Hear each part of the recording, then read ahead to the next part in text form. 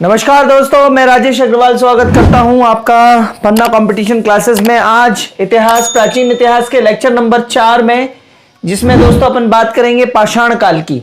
ठीक है, इसके पहले अपन सामान्य इतिहास की बात कर चुके हैं और इतिहास में अपन पूरी बात कर चुके हैं पृथ्वी का भूगर्भिक इतिहास और मानव का विकास तथा उत्पत्ति।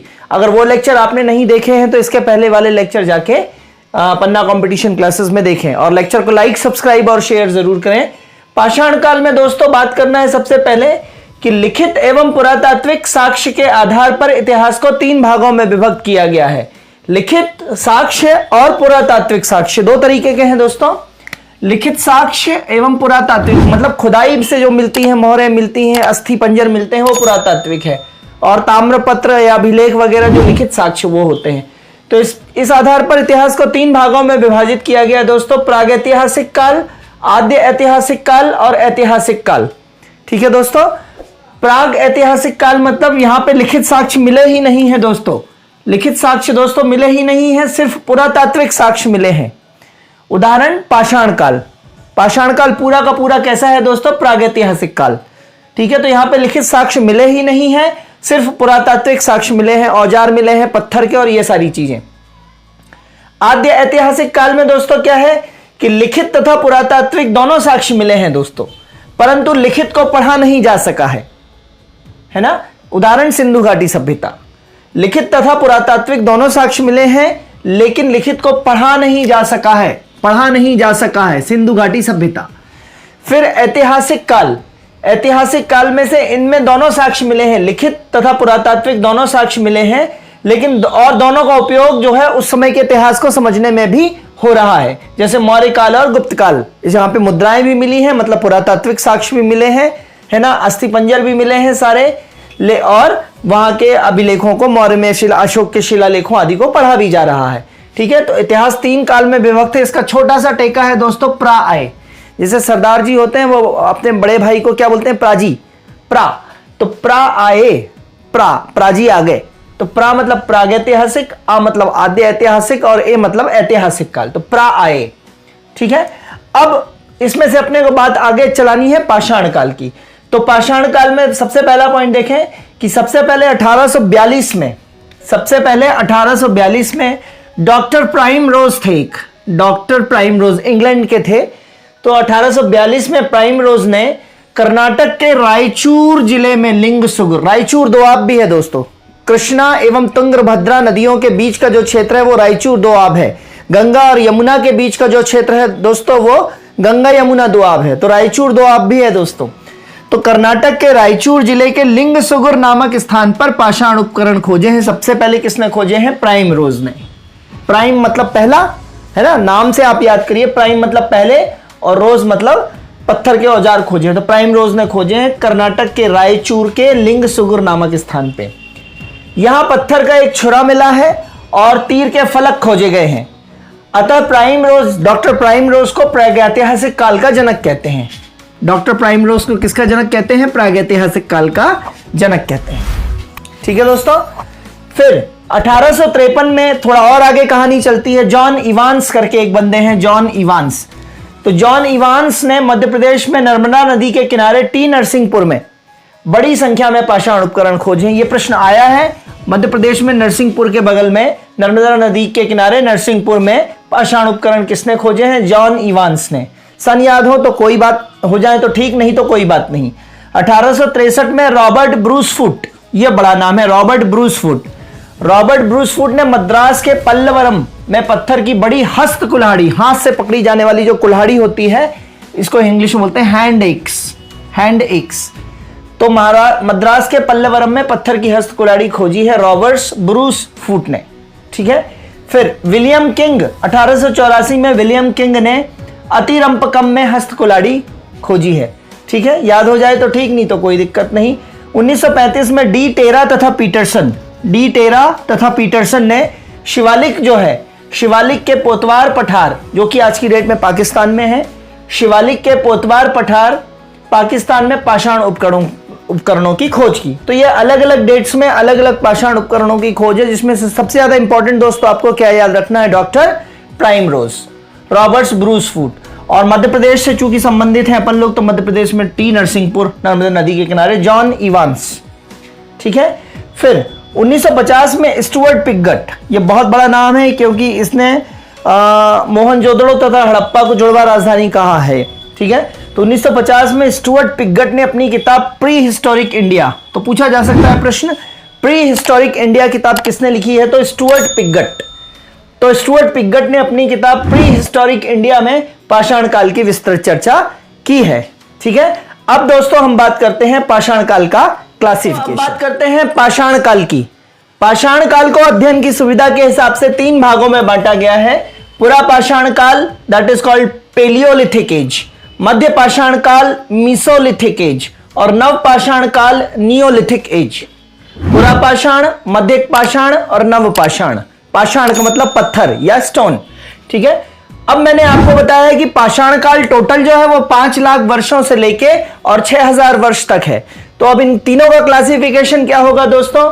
तो 5 लाख वर्ष से लेके और 10,000 वर्ष तक पूर्व, मतलब 5 लाख से लेके 10,000 वर्ष तक का जो समय है, 4,90,000 वर्ष मतलब इतना लंबा समय जो है वो पूरा पाषाण काल का है।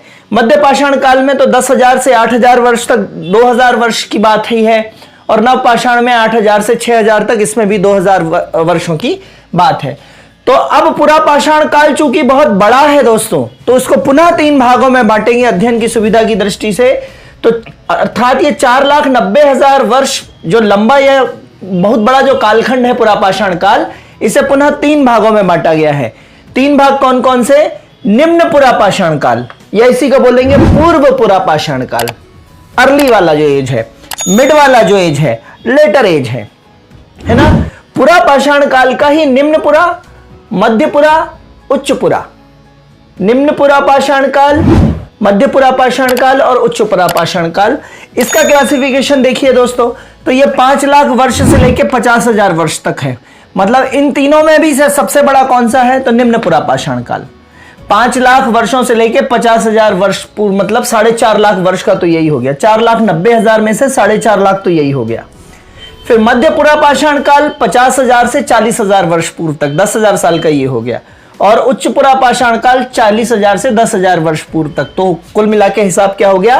5 लाख से 10,000 वर्ष पूर्व तक। 5 लाख से 10,000 वर्ष पूर्व तक ये पूरा हो गया पुरा पाषाण काल का भी क्लासिफिकेशन। अब दोस्तों इसमें आगे पढ़ेंगे अपन। निम्न पुरा पाषाण काल जो है वो हिमयुग का मुख्य भाग है। यहां पे बर्फ जमी हुई थी, तो हिमयुग का जो आइस एज है, आइस एज का मुख्य भाग है दोस्तों निम्न पुरा पाषाण काल। ठीक है। उपकरण बनाने की यहां पे कोर प्रणाली थी। उपकरण बनाने की यहां पे कोर प्रणाली थी। उदाहरण चॉपर, चॉपिंग, विदारणी। मैंने चित्र बनाए हुए हैं, ये चॉपर है, एक तरफ से काटता है ये। चॉपिंग में दोनों तरफ से, ये दोनों तरफ से धार है। विदारणी में जो है वो यहां से भी धार है, ऐसे घिसेंगे ना तो यहां से कटेगा चीजें, इस तरफ से कटेंगी, तो ये विदारणी है। कुल्हाड़ी आपने देखी है, कुल्हाड़ी कैसी होती है। तो चॉपर, चॉपिंग और विदारणी। चॉपर में एक तरफ से धार है, चॉपिंग में दोनों तरफ से धार है, विदारणी में दोनों तरफ से धार है। और ये तीनों जो है ना, ये साउथ तरफ के हैं। आपने देखा होगा वो नारियल काटने वाले लिए रहते हैं ना, वो साउथ मूवीज में भी देखा होगा आपने, इसी तरीके के औजार लिए होते हैं। वो कुल्हाड़ी उल्हाड़ी तो अपने यहाँ के किसान, उत्तर भारत के किसान लिए रहते हैं। ठीक है।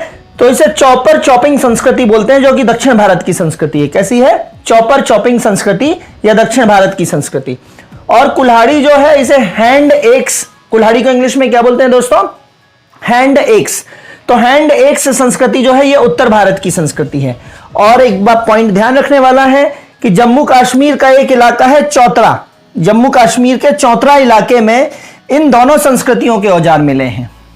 जम्मू कश्मीर के चौतरा इलाके में, जैसे जम्मू कश्मीर ही एकमात्र क्षेत्र है देश का जहां सबसे बेस्ट प्रकार का कोयला मिलता है, एंथ्रासाइट। ठीक है। ऐसे जम्मू कश्मीर का चौतरा नामक एक इलाका है जहां पे चॉपर चॉपिंग संस्कृति और हैंड एक्स संस्कृति दोनों के औजार मिलते हैं। चॉपर चॉपिंग संस्कृति कैसी है? दक्षिण भारत की संस्कृति है, जबकि हैंड एक्स संस्कृति कैसी है? उत्तर भारत की संस्कृति है। तो इस तरीके से पत्थर के औजार बनाए जाते थे निम्न पुरा पाषाण काल युग में। ठीक है। और उपकरण बनाने की कैसी प्रणाली थी? कोर प्रणाली। यहां पे उपकरण बना, मध्य पुरा पाषाण काल 50,000 से 40,000, उपकरण बनाने की फलक संस्कृति है दोस्तों। यहां कौन सी संस्कृति थी? कोर। यहां फलक संस्कृति। एग्जाम्पल है खुरचनी, जिससे खुरचते हैं अपन, पॉइंट, जिसको पॉइंट से मारेंगे, नुकीली चीज से मारेंगे, पॉइंट। बेधनी, जो कि भेद देगी, किसी भी चीज को भेद देगी, ये पेनिट्रेट करेगी और ये किसी भी चीज को भेद के आगे आर पार करके निकल जाएगी। ठीक है, तो ये भेदनी, तो फलक संस्कृति। ठीक है, अब आपको मैं थोड़ा सा यहां पे समझाना चाहता हूं कि कोर और फलक संस्कृति क्या है। तो आप समझिएगा कि पाषाण काल है। पाषाण काल में जो पत्थर होते थे दोस्तों, हिमालय से ऊपर चोटियों से नदियों के साथ पत्थर बह के आ रहा है और 10 जगह और दूसरे पत्थरों से टकरा रहा है वो पत्थर। तो ऐसे टकरा टकरा के पत्थर जो है वो आपस में चिकने हो जाते हैं, गोल हो जाते हैं पत्थर। ठीक है दोस्तों, तो अब ये पत्थर, जैसे मान लीजिए ये गोल हो गया पत्थर।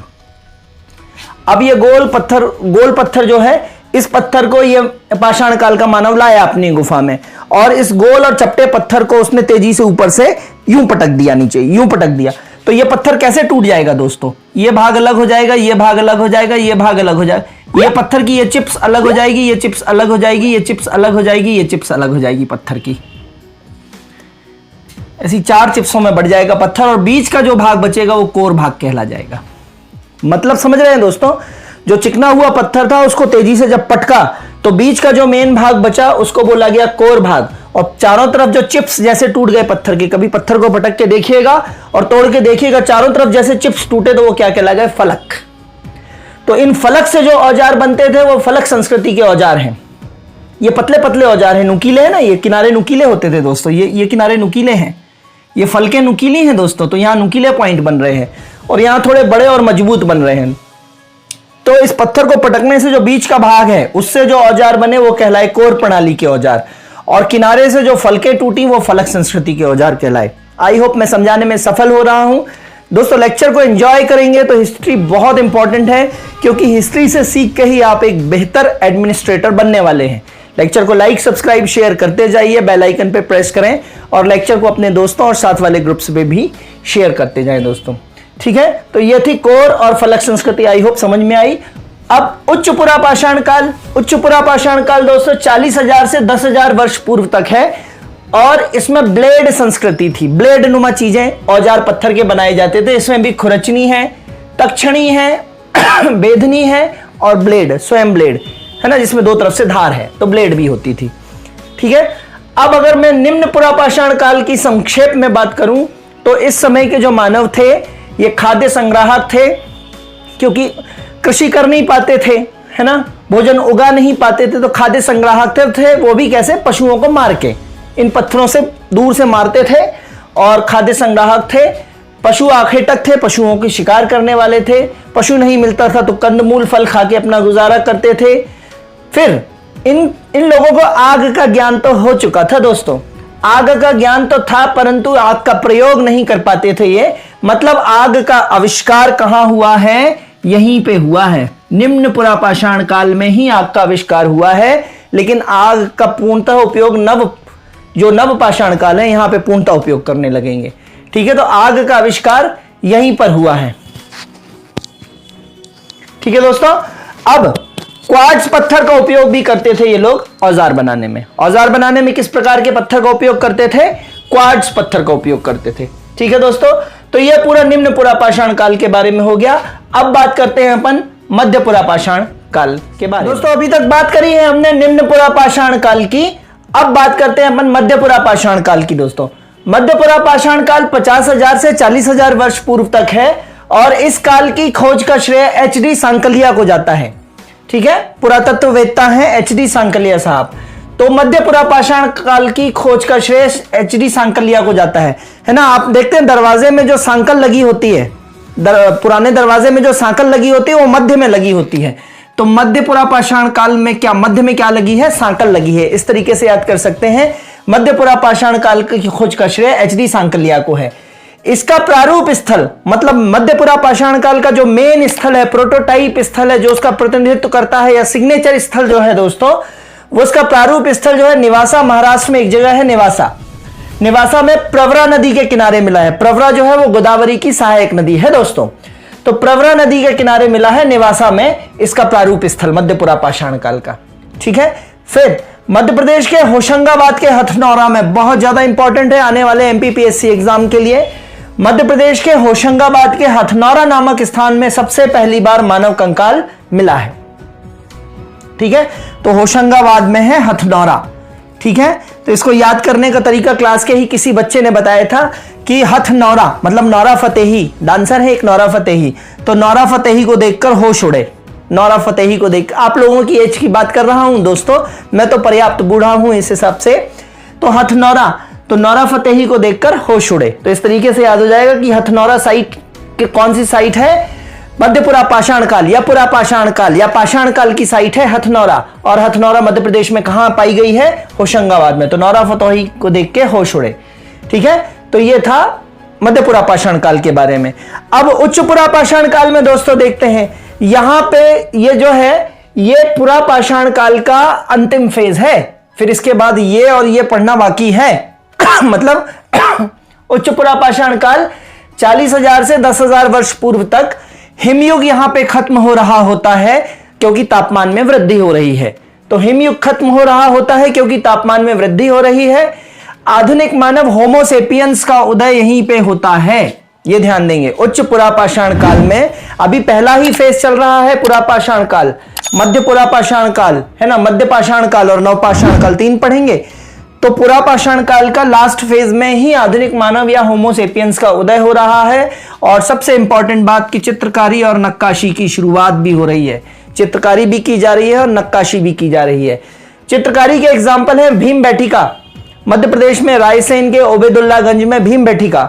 तो भीम बैठिका की चित्रकारी जो है इसके एग्जाम्पल हैं। और इन भीम बैठिका में जो गुफाओं में चित्र बने हुए हैं दीवारों पे, उस चित्रों में बड़े बड़े जानवर जो बनाए गए हैं, है ना, लगभग 1-1, 2-2 फीट लंबे जानवर हैं। तो जानवरों के चित्र हैं इनफैक्ट।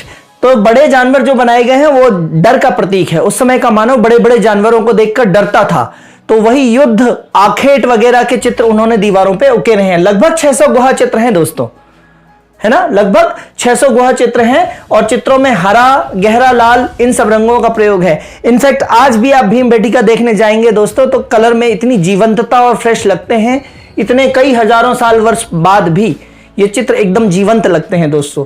ये वाकई में मतलब उन लोगों का स्ट्रेंथ होने की निशानी है। अब चित्रकारी का एग्जाम्पल भीम बैठिका हो गया। नक्काशी, नक्काशी का एग्जाम्पल है बेलन नदी घाटी में लोहरा नाला। बेलन नदी घाटी जो है वहां पे लोहरा नाला में एक अस्थि निर्मित, अस्थि मतलब हड्डी से निर्मित एक महादेवी की मूर्ति मिली है दोस्तों, अस्थि से निर्मित। तो अस्थि को काट के उसमें नक्काशी करके उस अस्थि को खुरच खुरच के महादेवी की मूर्ति बनाई गई है। और नक्काशी किससे करी गई है, काट छाट किससे करी गई है, तक्षणी से करी गई है, ब्यूरिन से की गई है। ठीक है, तक्षणी, तक्षणी कोई नुकीला औजार पत्थर का है, उससे काट काट काट काट करके वो महादेवी, नक्काशी करके महादेवी की मूर्ति बनाई गई है। ठीक है दोस्तों, तो इस तरीके से ये जो अपना है जो है पुरापाषाण काल खत्म होता है। पुरापाषाण काल के तीनों काल पढ़ लिए अपन ने, निम्न पुरापाषाण काल, मध्य पुरापाषाण काल जो अभी पढ़ा है अपन ने ये, और उच्च पुरापाषाण काल ये पढ़ा है। ठीक है, अब दोस्तों जो कल से बात करेंगे अपन नेक्स्ट लेक्चर में, वो बात करेंगे पुरापाषाण काल के बाद आएगा मध्य पाषाण काल। ठीक है दोस्तों, तब तक के लिए धन्यवाद, गुड बाय, जय हिंद दोस्तों।